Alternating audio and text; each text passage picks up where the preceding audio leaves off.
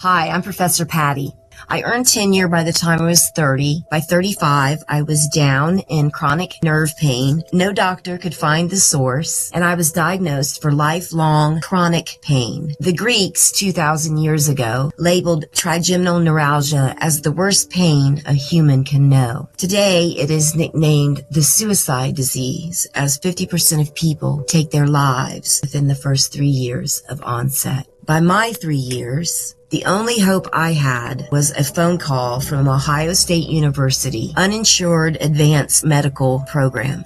I set my deadline for July 2012 to bypass holidays, my brother's and my parents' birthdays. July would be my undoing, either if OSU wasn't going to call or if they had nothing new to tell me. I would have to take my life. Of course, I was depressed, but I looked at it more like putting a dog down when they're too sick and it's better off for them. I was a burden to anybody. Plus, the 5 areas of my brain that make up my ADHD were unmedicated, so I was literally a nervous wreck. I looked bad, but not bad enough that anyone could see something wrong with me. All of my friends abandoned me. Family didn't understand, got angry, but my poverty was wealthy because of my parents. Beyond the hot dagger stabbing through my neck, cutting my ear, and coming out my temple, while my cheek goes into the tightest pinch you can imagine, shooting bolts of fire while stabbing me. Beyond that, the heartbreak that nobody cared, nobody loved me. From everybody loves you, Patty, to silence. I know all sides and spaces of suicide. I've been, I thought, completely alone. I've existed in the worst pain. I've been scared with no end in sight. Too nervous to leave home. I've watched as masses morphed into walking cokeheads. A pandemic of narcissism caused by social media. And I've hated every one of you. And while the left side of my brain was saying, end this is awful, the right side of my brain said, fight. And I could do that as long as I had hope. It is nearly impossible to survive life being human unloved. It will lead anyone at least to the thought of ending their life. I was born 3.5 weeks late with the sun, moon, 3 planets, and a meteor all in Libra. I don't know what most of that means, but I do know that my nature is peace and beauty, and all of that was wrecked. And all of this seems impossible to sustain, but you can, we do. Without hope, I would not have made it. For even love without hope is death. And instead of ending my life, and therefore the pain, in July of 2012, I gave birth to life. I was still in pain, but I had hope and love and insurance. Then finally, change. I met a doctor who performed a therapy that the first doctor I went to when the pain first started could have performed. My youth, my 30s, stolen. My beauty wrecked. My career destroyed. My entire life dead except my daughter and my breath. The only part of me that felt living. Luckily, the anger didn't last as long as the pain. But because of all the loss, I found secrets, not so secret, just unknown, that enabled me to take back some of what was stolen. And in sharing these answers, I've found helping you is much better than hating you. I can promise you, you are not alone. You are not unloved. In the loneliest, darkest places life and our minds can take us, I found that we are all special, for we carry a piece of love and light within us, as we are the children of the Most High, who is love and the brightest light. Next, my genius friend, Dr. David Snyder, is going to show you a pose that is going to instantly make you feel better. Once you learn it, use it. Whenever you're nervous, do it. Whenever you have to go meet someone new, do something new, see somebody new. Whatever it is, do what he's going to teach you before you go. Always. He will walk you through another exercise, what's been missing. You can't get past the science of anxiety. Your brain needs reprogrammed. And Dr. David's going to help you with that. This is for any anxiety diagnosis. Absolutely everybody 13 and older needs this video. If you know a veteran, send them this video, please. Too many are dying.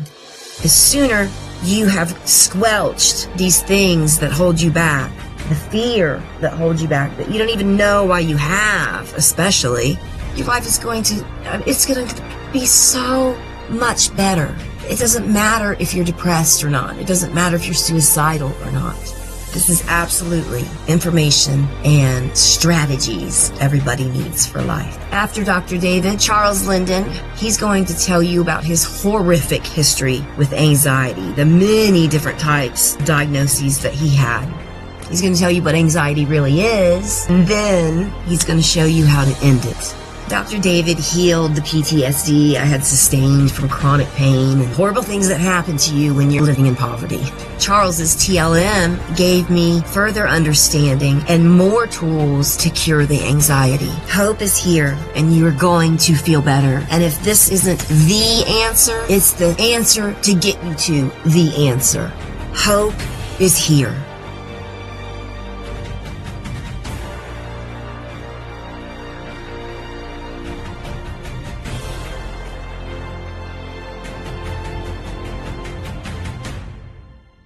Hi, my name is David Snyder, and welcome to Fearless Confidence. Today we're going to be discussing one of the topics that people find the most, they're in the most need of, for lack of a better word. We're going to talk about confidence only briefly, primarily because over the years, as I've worked with clients both in clinic, in live events and trainings, and one-on-one in various applications, everything from dating and attraction to negotiation and mediation to even kinesic interview and interrogation techniques. The one thing influencers of all kinds tend to focus on is this need for confidence. But what I've discovered after really just kind of burrowing below the surface into the subject of confidence, and don't get me wrong, I'm not saying that people shouldn't be confident, but what I am saying is that what most people think of as confidence is really just fear. More often than not, when you're hearing somebody say, I need to be more confident, I want to have more confidence, what they're really saying on a functional level is that I just want to stop being afraid. And so today we're going to talk about we're going to start with some very quick and very powerful tactical ways that you can stop being afraid and start entering that confidence zone in as little as 2 minutes, right? If you find yourself in a situation or a circumstance where you've been knocked off of your game, for lack of a better word, or you need to be on your game going in, we're going to share with you some very, very specific tactical approaches that you can begin to install and utilize right away. If you've done nothing but watch the first 5 or 10 minutes of this video and you had these 1 or 2 techniques, you could go out and significantly improve your performance in any theater of influence, whether that's self-influence, whether that's influencing a man or woman to go out with you, whether that is walking into the trial or courtroom, the voir dire room. So I like to say in all my trainings and things like that, these techniques are universal. They will help you in every field of endeavor, from the courtroom to the classroom to the boardroom to the bedroom and all points in between. So the first thing I want to talk to you about when we talk about confidence is I want to talk to you about something I call the mind-body feedback loop. Now, most of us in the self-help world, the self-development world, we know that there's a feedback loop that exists between our mind and our body. But what a lot of us don't really understand, or what a lot of people don't really understand, is how do we influence that in a more bulletproof way. What most people teach us is that we need to exert our willpower to control our mental and emotional state. And that's okay, except that when you find yourself in high stress environments, when you find yourself in situations and circumstances that activate the level of emotional arousal within you, which is another way of saying stress. And fear is just a more extreme form of stress. Anxiety, just in a more middle ground between extreme fear and just tension form of stress. All of these things are on the fear continuum. So one of the things that we have to understand is that the way your brain works and the way your neurology works is that the more stress that enters your body, the more it has to manage that stress, the more rapidly your conscious mind checks out, the more it loses its ability to function and control that state effectively. So unless you're one of those special people who is trained as a first responder, someone who's a highly trained military person, somebody who is an extreme athlete, somebody who's used to functioning in these high stress, high level environments, you're going to find out more often than not that the environment is what will count against you. And your ability to control and manage that state and be confident is going to work against you. It's not going to be as accessible if you rely on strictly your willpower. Now, I'm not going to get into my whole dissertation on willpower versus physiological state control. Instead, we're going to jump right into some tactical things that we can start to begin to apply right away. And I'm going to give you some resources. I'm going to give you some things that you can begin to experiment and explore on your own. The first one I want to talk to you about is, again, this goes back to this whole mind-body feedback loop. The mind-body feedback loop works like this on a functional level. All science aside, this is how you make it work. For every psycho-emotional state that you have, and fear is a psycho-emotional state, for every mood that you're in, depression is a mood. In future videos, we'll be talking about how to use your physiology and your posture to alleviate depression. Anxiety, fear, these are all states, but each and every one of those states has a corresponding physiology, a corresponding posture, a breathing pattern, that when you change that physiology, you change your posture, you can't maintain your state any longer. Now, normally, if you were in my class, if you were in my trainings that you see on YouTube, or in my trainings like CPI, where we're teaching killer influence, or we're teaching covert hypnosis or conversational persuasion and influence, we would spend an entire day, practically, on just learning how to do all of those things. Now, obviously, in the short video that we have, I have to skip a lot of steps. But my goal here is to give you exactly the tools you need to start performing better today as well as giving you a special set of processes that over time, sometimes immediately, sometimes over a few sessions, will dramatically change your internal world. The fears and the triggers that you carry inside of you will simply begin to go away. They'll begin to diminish. But that's coming in the second part of our video. The first thing we're going to do is we're going to understand a few key concepts. A, your mind and your body are linked, and the fastest, most powerful way to change that is to change your posture and your breathing. Now, most people who come to a hypnotist, who come to a neurolinguistic programmer, they're going to give you a progressive relaxation induction. They're going to guide you and teach you how to relax each and every part of your body, and that's great. But you can't do that out on the street. You can't do that in a crowded bar. You can't do that in the courtroom. You need something that you can apply right away. I'm going to teach you two very powerful techniques that you can just start going out and making changes with and start getting effects right away. And then we're going to go into what I call the shit clearing process. Now, in World According to David, shit has a very special meaning. Secret human influence technologies. And these are ways that we're going to go in and we're going to clean up all the things that used to make you afraid, all the things that used to make you hold yourself back, all the things that used to trigger you to not do the things you want to do and to feel naturally more confident. Because being confident is your birthright. But you don't need confidence in the way that the self-help community teaches us to be confident in order to be successful. And for the purposes of this video, I'd like us to think of confidence using David's definition rather than the one you might pick up in the dictionary or in some of these other self-help trainings. I want you to think of the word confidence to mean a sense of relentless determination combined with a positive expectation or the expectation of a positive result. You see, you don't need to be confident to be successful. You have to have a strong desire and a relentless determination to make it happen. And when you combine that with a strong positive expectation or a strong expectation of a positive outcome, now you have all the things that come together to form functional confidence. And there's no top limit to that, right? A lot of times when we as practitioners create mental movies, we're creating movies in our head, but we're not really affecting the body. And my friend, the one thing that we need to affect more than anything else is your body. We need to get that meat suit going, for lack of a better word.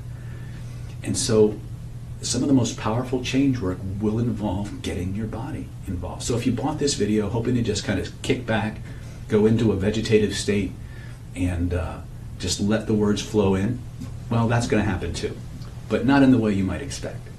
So the first thing I want us to do is I want us to hone in on two very powerful techniques that are going to teach you a little bit about how your mind and body interact with each other.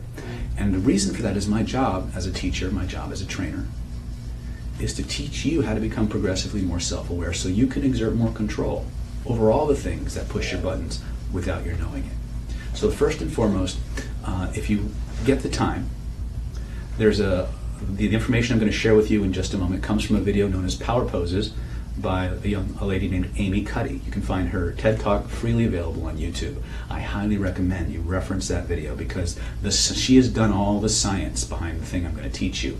It turns out that when it comes to changing our emotional state, that certain postures and certain breathing patterns will actually cause the hormonal balances in our body to change many times in as little as 2 minutes. And so on a theoretical level, that's cool. On a theoretical level, that's kind of neat, but can we actually, how does that actually help us? Anytime you find yourself going into a state that is not conducive to what you want, so you got to know what you want ahead of time, but anytime you find you're going into a state that's not conducive to what you want, where you need to be more confident, if you assume one of the poses I'm about to teach you, and you hold it for as little as 2 minutes, your blood chemistry will change. The corresponding psycho-emotional state, the feelings in your body will start to shift to a more confident, assertive, dominant, relaxed state, scientifically. So the first one I'm going to teach you is one we've seen many times before. It's called the Superman or the Victory Pose. And it looks like this. And we're going to hold it together for 2 minutes, just because. Okay? So I'm going to Just hold your head. Now, I want to make a distinction with this one real quick.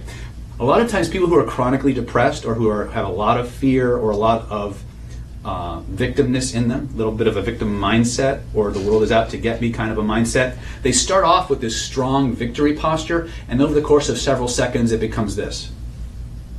This is not the victory pose. This is the hanging in the dungeon waiting to be tortured pose.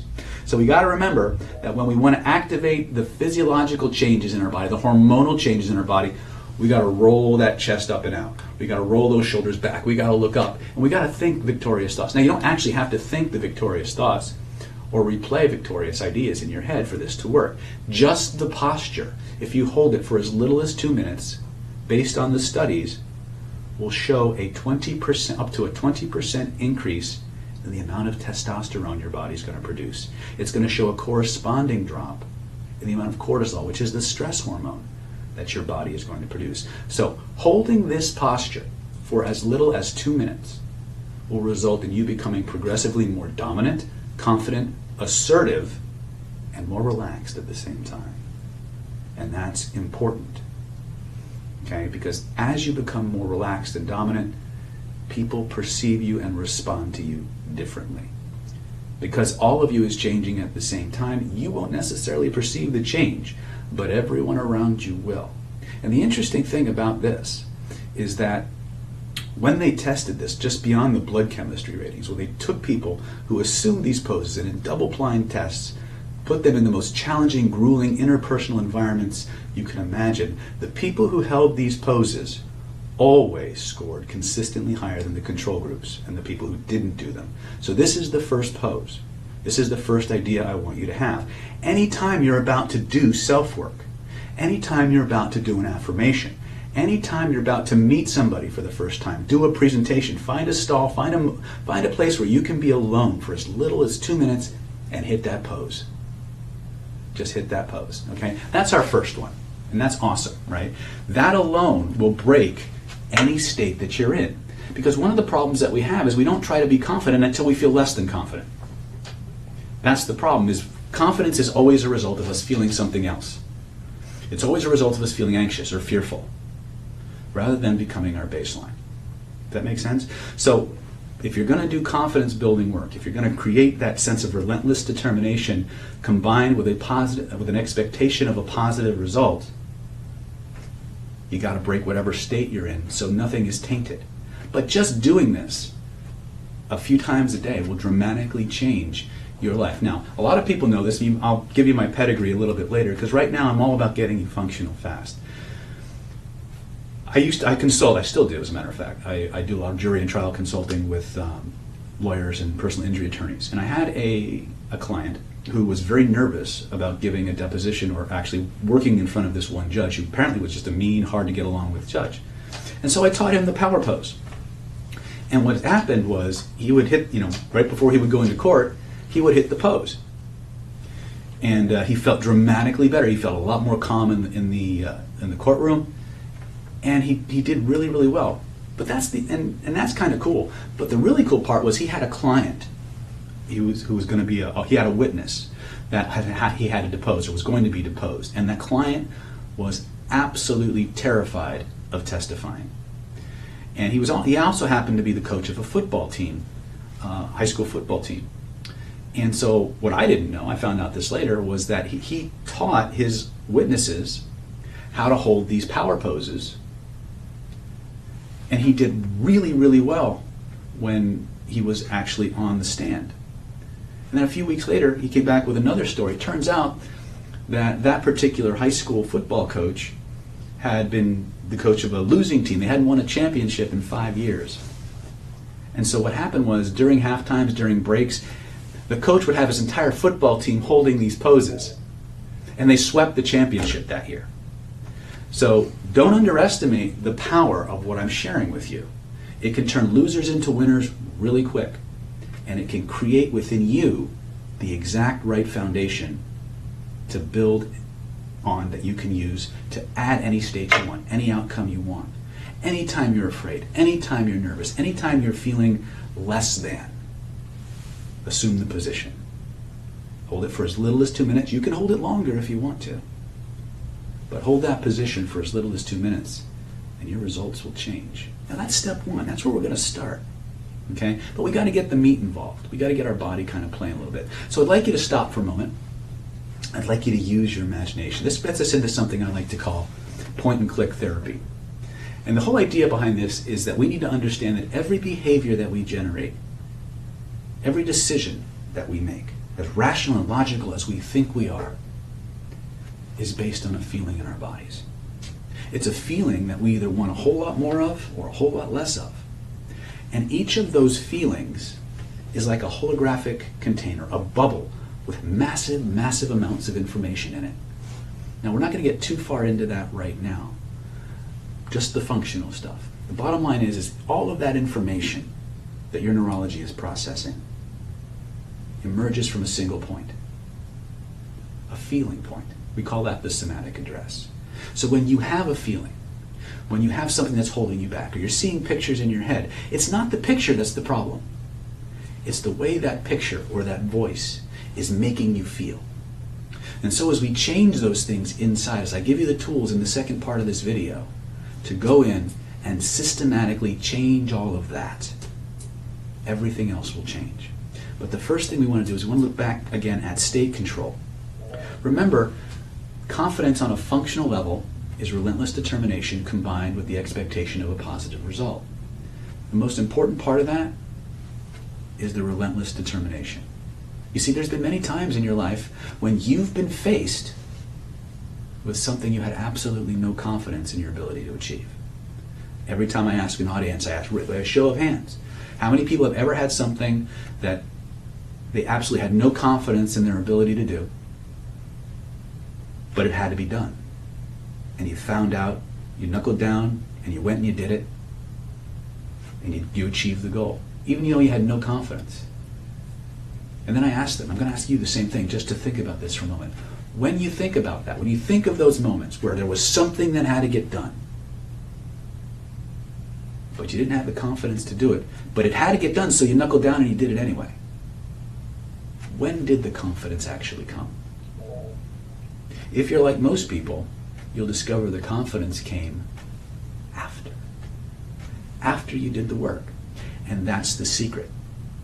You've got to get started. You've got to take action. The best GPS in the world can't help you if you stay in one spot. A perfect something, or an imperfect something, is always better than a perfect nothing. So keep that in mind. You've got to combine whatever programming that we're doing with taking the steps. And if you do that, you're going to find out you're going to be more successful more rapidly. So that being said, let's go into our next technique. This technique I like to call it the magic frame. And what it does for you is it's going to teach you a little bit about your nervous system and how your nervous system creates your pictures, your internal environment. The things that make you afraid, the things that hold you back, the voices in your head are all under your conscious control. But in order for you to fully get that, you've got to create an interface where all of that can happen. So here's the first thing I want you to do. I want you to think of something I'm going to give you a very specific scenario for me, okay? I want you to remember a time in your life when you saw something you really, really wanted. And you decided you were going to get that thing no matter what. Come hell or high water, you made a decision, and then you made a plan, and you put that plan into action, and you nailed it. Home run. I want you to go back into that moment for me, if you will.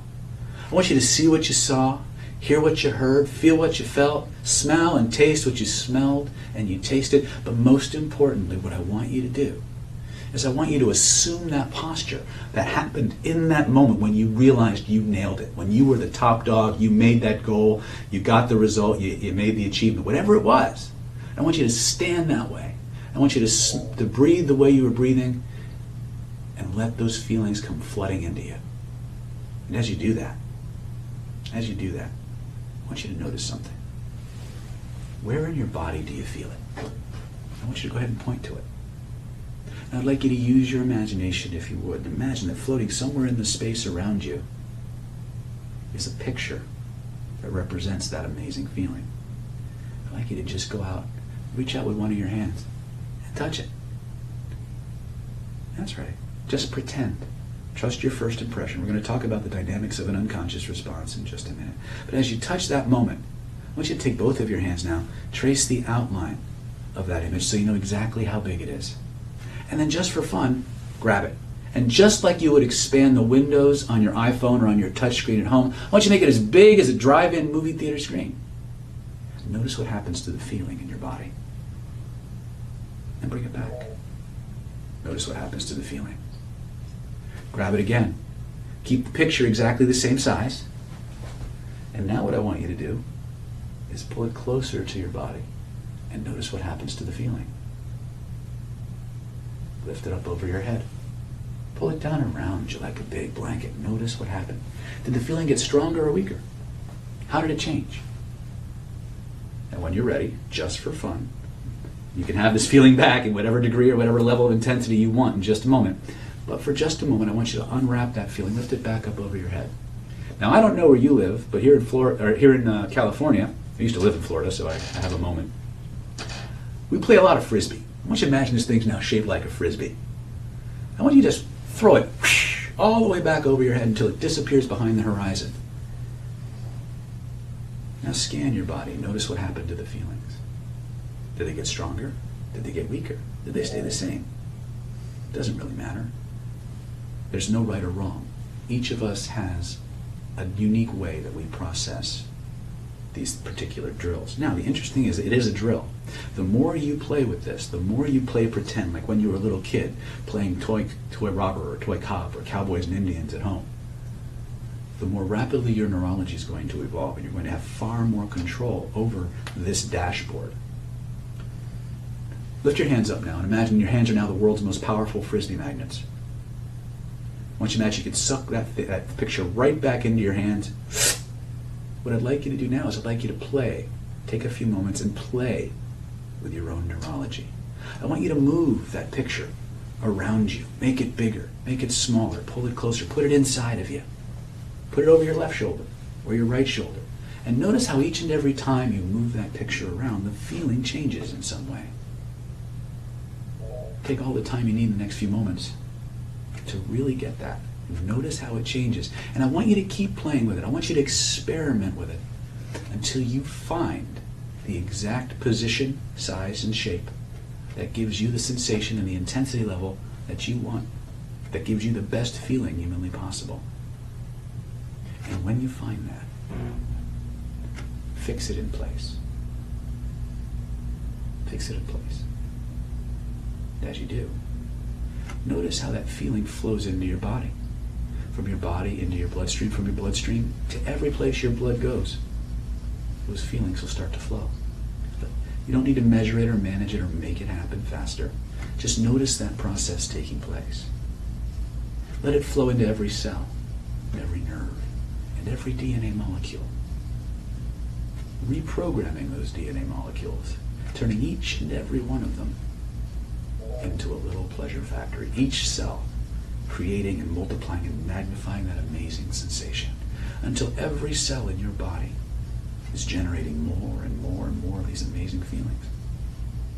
Now, you don't need to measure it, manage it, or make it happen faster. Just notice the process taking place. Allow it to install itself completely. And when you know it's reached an intensity level where it's impossible to turn off, try to turn it off and notice what happens instead. Many people discover very, very quickly that that sucker just keeps getting stronger. And that's fine. Because that's a great place to be. You're stuck feeling good now. Isn't that cool? And it just gets better.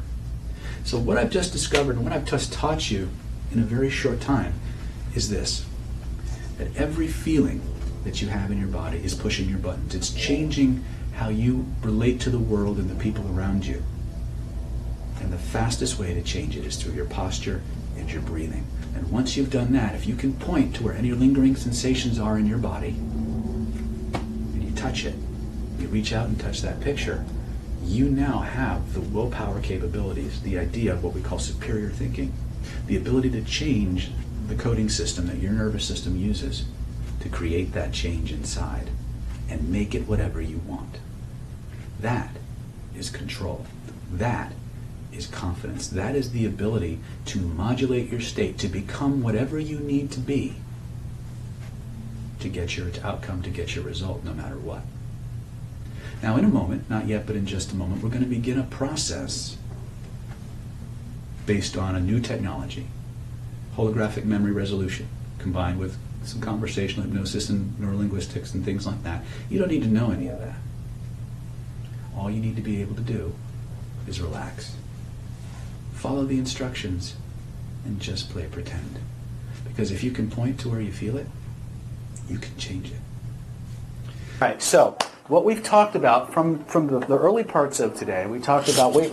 We talked about weight issues and how the weight itself is almost never the problem. More than 25 pounds, 30 pounds, you're not looking at lifestyle anymore. You're looking at body armor. You're looking at things that have a significant emotional component that the weight is satisfying. Usually security or safety. Usually security or safety. Now, whether that security comes from not having enough growing up, or safety coming from having an appearance that detracts or deters attention, unwanted masculine attention, or some point in between, right, where food becomes a substitute for security in terms of connection and love and emotional nurturing. It's still the symptom. Satisfy the requirement that behavior is designed to accomplish, and the weight will tend to normalize. At least the behaviors that led to the weight gain and the maintenance will tend to normalize.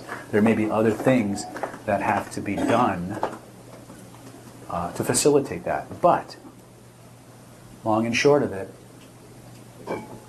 weight issues beyond 25 to 30 pounds are the result of some form of trauma. Now, when I say the word trauma, we have to change our definition of trauma. Because when we think of trauma, we think about horrible things. We think about car crashes and war zones and sexual molestation and all of these horrid things. Right? And we should.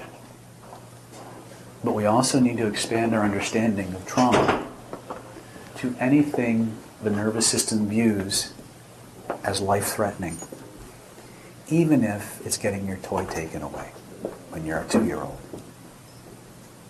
Even if it's mommy and daddy yelling at each other in front of you.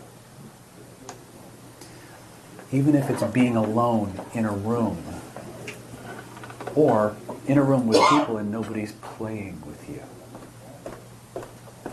These things are just as trauma-inducing as war zones. And in more cases than not, the root cause of the people who wind up in my chair. Okay? And here's the best part. It's once paradoxical and scary and amazingly cool at the same time. Everybody who suffers from trauma isn't broken. They're not broken. They feel that way. God knows they feel that way. A trauma, when you're manifesting symptoms, is the sign of a system functioning properly. It's just nobody taught you the dynamics of the system, so you didn't know what to do when the system did what it was programmed to do. So let me give you a basic idea, a basic understanding that I acquired. I acquired this really, a lot of the subtleties of it from again, I'm going to quote him again, Brent Baum, who I think is a tremendous resource. This stuff is a little dense.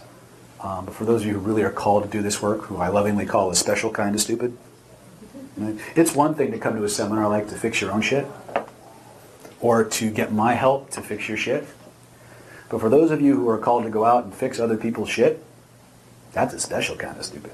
Right? It's not work you choose, it's work that chooses you. I'll let you know. God backdoored me on this one, dudes. I'm telling you. If you'd have told me 10 years I'd be seeing patients 5 days a week, doing what I do, 20 years ago, I'd have laughed at you. Because all I wanted to do was do martial arts, pick up women, and be cool.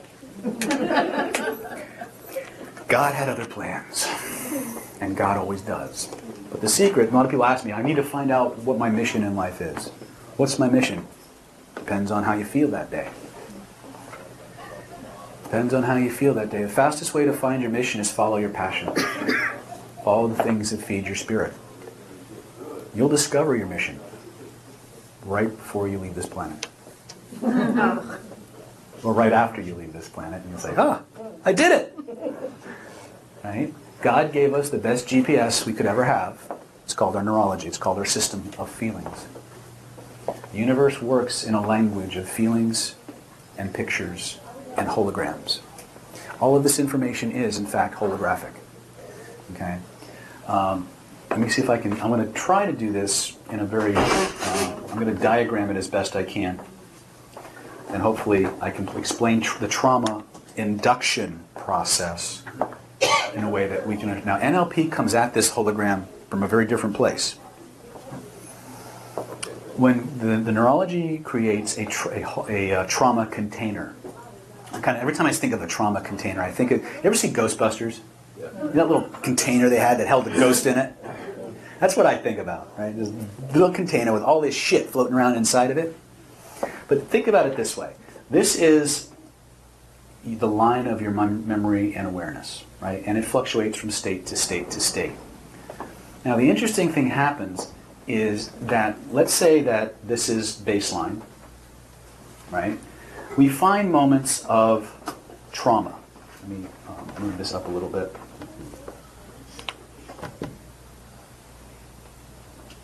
David, how do you spell Brent's last name? B-A-U-M. B-A-U-M. Now, a trauma looks like this. It's a spike, an emotional spike in our system. All right? There's a certain level of neurological arousal. Now, what's happening is, this is 0 hour. This is terminal event. T0, right? This would be the moment of maximum emotional trauma and death. Okay? An interesting thing happens is our consciousness is pretty consistent. Our ego states are pretty consistent. As the trauma increases, there's a mechanism within our system that monitors till it gets to what we call T minus 1. T minus 1 is that moment just before the critical terminal event. And then the neurology does something amazingly cool. It turns it off. It literally zips that file and all the trauma in it into a container that it stores somewhere in your nervous system. When I had you point to where you feel it, you found the somatic address. When I had you notice the color, you started to bring out attributes of the container. Follow me? Now, within this universe, that moment, that ego state, that consciousness, that event is frozen in time. And it's happening over and over and over again. But it's quarantined within the neurology. It's quarantined within the body. And over time, the way your neurological sorting system begins to do things is it sorts things by similarities. It sorts things by things that have in common. That's why many times when you start to do these processes, you wind up somewhere completely different. Because it's not linear. It's not logical. Does that make sense? Mm-hmm. Okay? That ego state is a fragment of your consciousness. Holographic in nature, which means it's got everything that you knew and everything that you had and everything that you understood up to that moment in time. But for all intents and purposes, it's a separate organism. And we know it's not. It's a container. When we, either through the process of hypnotic regression, through some form of neuro-linguistic programming, or like Brent uses a holographic memory resolution process, from the present moment. By the way, once we hit trauma, a T-1, that gets frozen in time. Now, one of two things either happens here at T0. You're either dead or you survived. If you survive, the consciousness keeps going from that point forward. This is why you have blank spots in your memory from time to time. Those blank spots indicate containers that have been taken out offline until such a time as you have the resources. You have the resources to deal with it, or if you don't handle this shit, it's going to overload the system. Does that make sense? Okay. Whether the trauma is, something from a war zone or something that happened on the playground, something that happened in the living room, the mechanics are the same.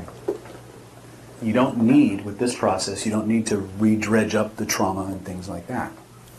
Those techniques are there if we need to use them.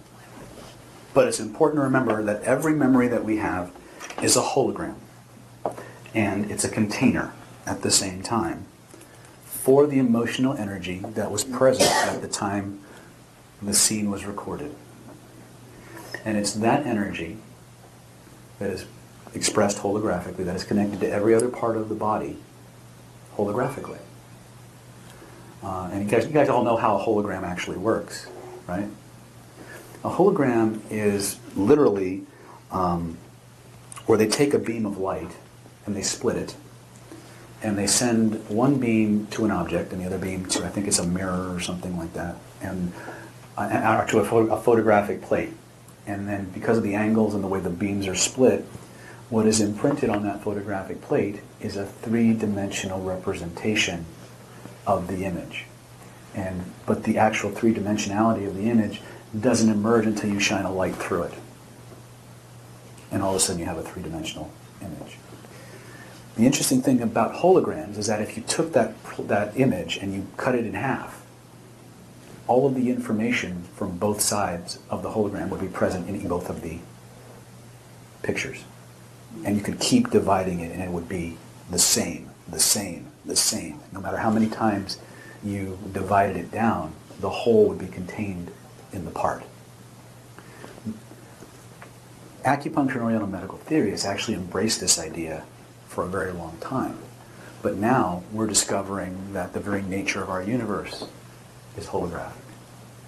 Our memories and the way our neurology works is holographic. NLP, which has been around since the 70s, has approached the hologram through its component parts, the brick and mortar that we use to construct it, the visuals, the auditories, the kinesthetics, the olfactories. What Brent's approach is very different. His took on a more metaphorical approach in that when people describe their problem or they describe their pain, they describe it using a metaphor, mostly a shape. Sometimes it's an actual object that was in the environment. But no matter what they use to describe it, that metaphor is the container. It's the container that keeps all of that stuff circulating and stored. And you can use a metaphor to change a metaphor. You can use one hologram to change another hologram. And so the antidote for a lot of these things, A, you inject into the container a new awareness, a new consciousness of somebody who's survived.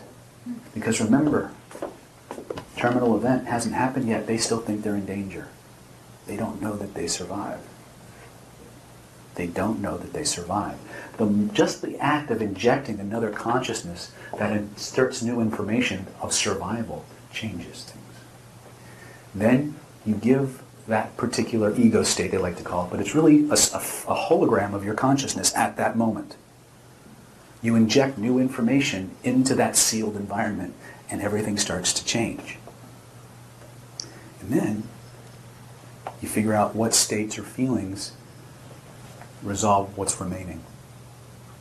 And you use that frame, that hologram, to connect and contact all the other fragments of that holographic representation. All happen. Point to where you feel it, notice the color, go inside, right? That alone would have, in our regular approaches to most forms of hypnotherapy, would have been a 20-minute process. That there, but just getting to that point where you can actually begin that kind of work. And then actually jettisoning or venting the stored emotion would be however long it took, right? This whole process took minutes. Right? It's this, the irony is we're still doing a lot of the same things we would do in conventional hypnotherapy. We're just using different metaphors and tools to do it. NLP did it. One of its big big claims to fame was the revelation of a personal timeline, a holographic sorting system that your nervous system uses to separate present from past from future. Right? And they could do really cool things with timeline. The problem a lot of times with timeline, though, was if you couldn't jettison the emotional charge, you couldn't get the change to stick. And because NLP tends to specialize in what we call light trance states, a lot of the old hypnotherapeutic approaches tended to work better because they involve deeper levels of trance. Okay? But that's how trauma, that's one of the ways that we can resolve trauma. Another way we can do it is we can point to where we feel it, take it out, spin it the other way, and put it back in. Still works faster than this. But sometimes we need to take a structural approach. In other words, how is that particular container built? The visuals, the auditories, the kinesthetics, the olfactories. Is it too close to the body? Right? That's one way we can affect it. We can affect it through the story of what happened. And we go in and we ask what happened, what happened, what happened. When I work, I try to work with as little information as I can, but sometimes I need to know a little bit of the story so I can direct and navigate. And we change the story because you're allowed to change the story. It's just shit that happened. And since you're in charge of the video, you're in charge of the editing deck, and you're the only one that's ever going to know, or care for that matter, you have the right and the authority to change it to whatever you want so that when you remember the past, you only remember it in ways that make your life better. Remember, we aren't the way we are because of the things that happened. That's a cop-out, even though we don't know it's a cop-out. We are the way we are because of the way we think about the things that happened, about the way we choose to remember them. And it is a choice. We didn't know we had a choice, but it's still a choice. Right? As I like to say, ignorance of the law is no excuse. Right? This is how our system works. And I've done this now with emotional eating. I've done it with, I did a 45-minute smoke cessation with this, where I literally took the guy back to the very first reason, his very first motivation to start smoking, and I asked him to give that little boy, everything he would need to know to not smoke anymore. And the problem we had was he wanted to smoke because he wanted to be like his dad. What do you do about that shit, right? So I said, well, what would have to happen for him to decide he didn't want to smoke anymore? Well, you have to experience the disgust. The first time you smoke a cigarette, it's never pleasant, right? And so he literally made the worst movie ever of going through that first puff. And he literally pulled it through him over and over and over again until the little boy just decided, I don't want to do that anymore. From start to finish, it took 45 minutes. By the end of the session, I couldn't even get him to touch the cigarettes in his pocket. Okay? Here's the one thing to remember. The most important reasons for people to do the things they say they want to do are their own. What the neurology generates, the neurology accepts. Whatever metaphors your neurology uses to express something. If I tell you to go to a gray room, a dome-shaped room with pearly gray walls, and you find yourself in an oblong room with a pink ceiling and a fuzzy, rug, that's how your nervous system does it. It's not wrong. We tend to make ourselves wrong if our internal experience doesn't match the guidance we're receiving. You as therapists need to have the behavioral flexibility to work with whatever metaphors of trauma or resolution that your client generates. Does that make sense? Yes?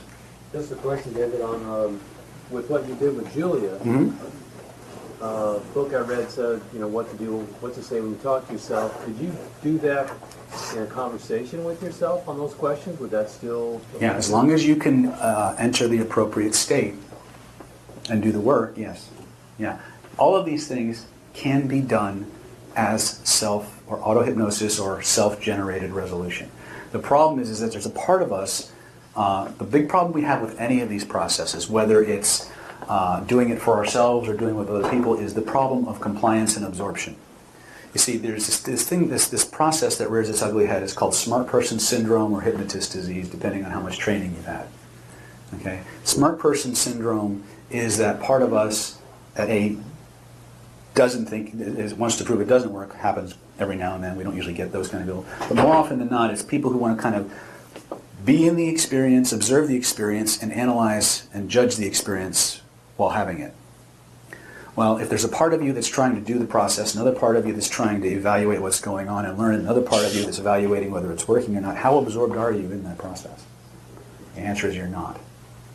To the degree that you lack absorption in the process is the degree it will take you longer to get this. The minute you start engaging the soma, the body, a lot of that starts to go away because you can't get the body involved without becoming progressively more absorbed. I have stories for that. The other part is focus, right? Because a lot of times we tend to exist at the same level as our trauma, from a logical levels perspective, it's very hard for us many times to rise above it and change it, right? So we can use that metaphorical approach, that neuro-linguistic holographic grid approach that we talked about, to create an interface, an imaginative construct which actually has actual physiological origins. Your proprioception and your mirror neurons play a massive role in the facilitation of this. And from that construct, using metaphor and structure, we can change what the neurology is doing. We can revisit any moment in time, as long as we understand the dynamics of unconscious response. It always feels like you're making it up. It's the first answer you get, regardless of how illogical or nonlinear it may seem. You're always going to have an urge to edit it, right? And it's always quiet. It's always in the background, right? There's an old saying that the conscious mind yells, the unconscious mind whispers. But remember, at the end of the day, if you can feel it and point to it, you can change it. Okay? The amygdala is a pair of small organs in the brain, each about the size of an almond. The amygdala acts like a thermostat, regulating, among other things, our normal baseline anxiety level. As anxiety levels rise in response to stressors such as bereavement, work stress, or money worries, for example, the amygdala's needle is pushed up to the high anxiety zone. Under normal circumstances, this needle returns to normal after the event. But when the stress or anxiety you experience is relentless, the needle gets stuck at the high anxiety position. It becomes instinctual. The subconscious mind, which controls all the automatic bodily systems, thinks that this new anxiety level is appropriate and normal, but you know consciously that it is not. It is as if the hard drive of your mind has been reprogrammed with new anxious software. With this new anxiety level come sensations and symptoms of anxiety disorder and maybe panic attacks, phobias, and disturbing thoughts. So in order to reverse these changes, you have to reset the needle of your amygdala back to the normal position. The Linden method does exactly that. It shows you exactly what you need to do today to keep your responses in the normal zone tomorrow. It can be that fast. Once your subconscious has this new set of rules, it can't turn back. Have you been told that you can't be cured of your anxiety condition? I was told that. It's just not true. Anxiety isn't an emotion. It's a disorder of the emotion of fear. And as a disorder, it can be removed completely. The Linden Method program will help you to remove the disordered part of your fear response, taking you back to normal fear responses, normal emotional balance. It's so structured, it's so simple and so scientific. All you have to do is follow the program structure and your anxiety will reduce back to normal emotional responses. You will get rid of every manifestation of your anxiety, your panic disorder, agoraphobia, OCD, PTSD, derealization, depersonalization, your health anxiety, emetophobia, eating disorders, self-harming. It all fades away when you get back to that emotional balance. And the Linden Method program will teach you exactly how to do that. So what is the Linden Method? Well, first of all, I'm going to talk about what it isn't. It isn't what's failed you before. Presumably, if you've suffered from anxiety for a while now, you've had other treatments. You may have tried medication or therapies. Have they worked? Have they removed your anxiety? The answer is probably no, which is why you're watching this video now. I was in that position too once. Many years ago, I suffered from anxiety, panic attacks, agoraphobia, OCD, emetophobia, health anxiety, the whole gamut of anxiety conditions. And it doesn't matter who I asked, they didn't have any answers. If I asked about specific symptoms, they didn't know why they formed. If I asked why I suffer, they didn't know. They didn't know how to cure me. I asked many practitioners many times, and now, with the benefit of working with people for such a long time, many, many years, I've realised that all anxiety sufferers have pretty much the same journey. And that builds desperation. All we want is transformation. We don't want advice. We don't want to know what a panic attack feels like, or why we're emetophobic or agoraphobic. We need to know what happens in the body to create those disorders and how we can undo all of that mess of disorder inside of us. That's all I wanted. I know that's what is all that you want. Now, our programs, the Linden Method programs, are delivered in online, workshop, residential retreat, and also through our coaches, Linden Method coaches. Why do we do that? Because everybody learns in different ways. But the beauty of this program is that it outlines the exact way to recover. It's defined by evolution and science itself, not by practice models, practitioners, doctors, psychologists, psychiatrists. This is about humanity itself. If you want to remove your condition, even if you've been told that you can't, and that coping and that management are the only two options that are ever going to work for you. I was told once that I would never be anxiety free, that I'd never have a proper job, that I'd never live independently, I would always take medication, I'd probably never have a career or a family. And now, years later, having all of those things and knowing how to cure people of their anxiety conditions, we've put together this program that since 1997 has NHS tested efficacy of nearly 100%, because it's like eating to cure hunger. It can't fail if you just do it. So follow the principles and you will recover. The Linden Method program is a psychoeducational program that has been reverse engineered from why I suffered, and now it will work for you. I knew that I'd found the solution because in under 2 days of doing the structure that I created, my anxiety and my panic attacks completely stopped. I didn't really know what it was like to be anxiety free after 27 years of suffering from chronic anxiety, panic attacks, agoraphobia, OCD, PTSD. I felt lighter suddenly, more focused, much less fearful, and totally fulfilled. And this really is the predominant experience of all of our clients. Linden Recovery is different because it outlines the process that has to happen in the body to deactivate the emotion of fear. No other program works in this way. Anxiety is the emotion of fear, not an illness, not a disorder, but a natural human response to threat. Linden Recovery uses simple to use techniques that even children of 7 do with ease, that tell the anxiety response that you're safe, and when it receives that message, it turns fear off permanently. I'm often asked why Linden Recovery costs money, and the answer is quite simple. Although the solution is very natural and fast, it requires a combination of reassurance, knowledge, structure and guidance. Some people open the program, do it and recover, but if that doesn't happen, we are always available to advise, reassure and guide our patients. The resource each program participant receives is enormous. Video, audio and written resources that cure our patients, plus outstanding support from our qualified team about any aspect of an anxiety disorder at any time when it's needed.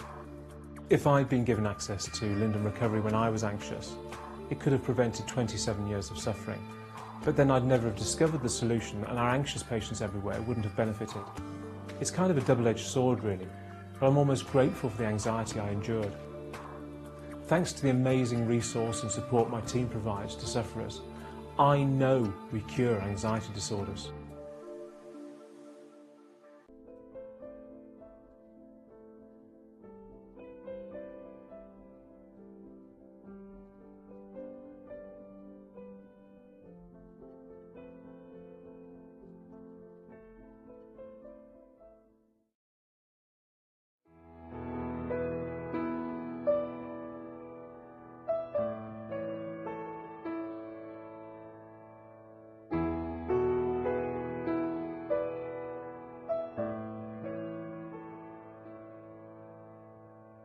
My son Louis went to the theatre just over a year ago and suffered a panic attack and stopped going out. Wouldn't get in a car, just stayed in his room. He's got OCD and just was really, really anxious. I would have panic attacks, panic disorder, really, really bad panic attacks. My world had become so isolated and so fragile, and it was a very debilitating lifestyle, and it was a dark period in my life. I'd start sweating profusely, my heart rate would start going up, I'd be out of breath, and I'd just have to get myself out of the situation. I had anxiety really bad. It affected me in so many ways, and it prevented me from doing day-to-day activities. It developed symptoms of depression, and including thoughts of suicide and self-harm, harming others. And then all of this kind of led to alcoholism, where I just drank every day to help take an edge off of all these feelings. I had a terrible fear of sick, and my anxiety prevented me from living a normal teenage life, going into adult life, and even a bit of childhood as well. I was just an anxious mess, and I couldn't do anything. I'm having these panic attacks, and my heart's sweating, my head's sweating. I don't want to be on the train, I don't want to be in the coach. I've had to leave supermarkets with trolleys full of shopping because I had to get out, and it was horrible. I barely left the house, it even got to the point where if I could not leave my room, I would pretty much, any excuse not to leave my room, that would be the case. My anxiety symptoms were OCD, I had a phobia, had an eating disorder, I was very housebound. Suffered panic attacks every day, didn't leave my house for 12 months, and honestly thought that I would never leave my house again. I was experiencing a complete hypersensitive state of anxiety continuously, 24/7, for about 6 months. Couldn't go out with my friends, and if I did, I had to get my mum to take me there. I would start to sweat, I would get spacey, I would freeze. I couldn't do anything without having to harm myself, with it being pulling my hair out or like cutting myself, that I eventually attempted to take my life. Great to find a normal guy who had experienced what I'd experienced and really understood what I was feeling. I think the reason it worked is because everything that Louis was experiencing, Charles had been through. But very caring, very human, and they have, a lot of them having suffered. With a number of tools and techniques that actually, when put into practice, helped me eradicate my anxiety very, very quickly. Everything was explained, it was just so easy to follow, and it made a massive, massive difference to my quality of life. There's tips to tell you how, if you're in the minute of the panic attack, how to bring it down. And these things really helped me. So I took the method at home, and I can say that it's changed my life. It gave me the tools to empower myself through my own recovery. The tools that are given to you with the Linden method are effective if they're put into place correctly. It educates you to know exactly what it's all about. Simply having the knowledge about what was happening with me. It is the most simplistic plan in the world, but my God, does it work. Charles and Beth and the whole team, these guys know what they're talking about. They helped explain what anxiety is, why you've got anxiety, and it just all became so clear. 4 months now, I've been off the Charles Linden. Yeah, don't get me wrong, if I need the tools, just tap into Charles in my brain, and I'm ready to go. I'm implementing the Linden method now, thanks to the retreat, and I've done more in this last month than I have in years. It's crazy. I didn't even think that would be possible, really. Listening to his instructions and following them, I was out of my house. It was probably the most, thankful thing that I'd gone on, because it gave me my life back.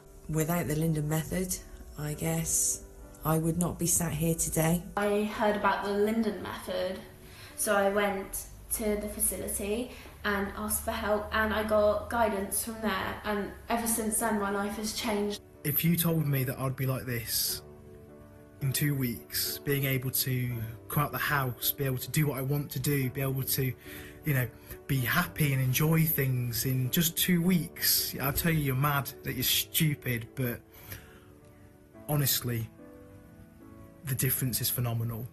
Recently I did some filming for a TV show called Gox Teens, and through this I went on a thing called the Linda Method, and they helped guide me through. And Louis was able to follow the Linda Method, and it really, really helped him.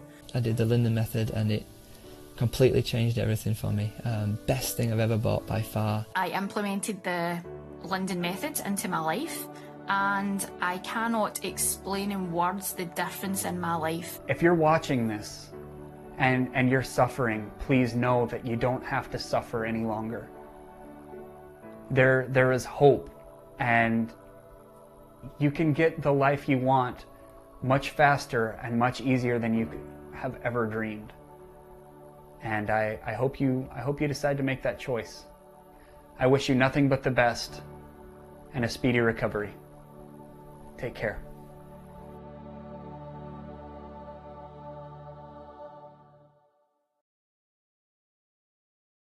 Why settle for anxiety management when you can have an anxiety cure? With 12 years of practice, research and development helping over 130,000 people like you to recover, our program is drug-free, scientifically verified and endorsed by psychologists and doctors. The Linda Method uses the body's natural anxiety reduction process to quickly return your anxiety levels to normal without effort. Neuroplasticity is the only way for you to cure your anxiety. Nothing else can do this. Neuroplasticity is the replacement of one set of memories or behaviours with another. It's the only way to stop an anxiety disorder. This program uses neuroplasticity to replace your anxious neural pathways with new, non-anxious ones. Resetting your anxiety in this way will permanently remove your high anxiety. The process is so fast and natural you don't even notice it happening. Natural and permanent elimination of your high anxiety and symptoms. Eliminate anxiety, panic, OCD, PTSD, agoraphobia, obsessive thoughts, depersonalization, derealization, and every anxious thought and symptom you experience. Being anxiety-free is already pre-programmed into you. All we do is show you how to turn your anxiety off. Simple, fast, and permanent anxiety elimination. You can start in the next 5 minutes. You'll get unlimited support from qualified specialists, 12 months satisfaction guarantee, unmatched after-recovery guidance, structured, simple material to use at home. You'll get access to our members area, full of support and materials. And you'll get the use of the most respected and successful program of anxiety recovery in the world.